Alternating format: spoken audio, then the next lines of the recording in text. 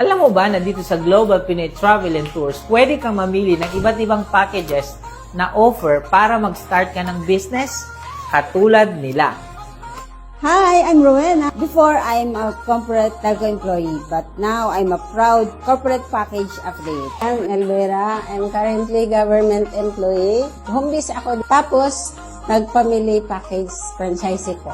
I'm Emeline, isa po akong empleyado ng private company at ngayon po ay home-based franchisee. I'm Aga, former OFW. Doon ko lang din po nakilala ang negosyo. Nag-avail po ako ng early retirement package at nakapag-forgood na po ako. I'm Jumi po from Las Piñas, dating empleyado na ngayon po ay full-time nang ginagawa itong business. I'm premium package holder.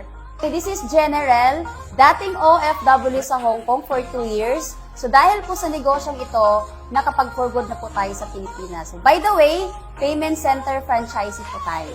Jun Mark Tumarong, a seaman by profession and a premium package franchisee. Nagsimula lang din po ako ng kunting income and ngayon po ay nalagpasan na yung kinikita natin sa pababarko. Kaya ngayon po ay nag-decide na rin po ako talaga na mag-full-time sa business. Ayan no, nakita nyo na yung iba't ibang mga franchises natin. Marami palang mga packages dito na pwede mong simulan. Kaya kung ako sa'yo, pumili ka na sa mga packages namin, habang naka-promo pa to, humabol ka na. Franchise na.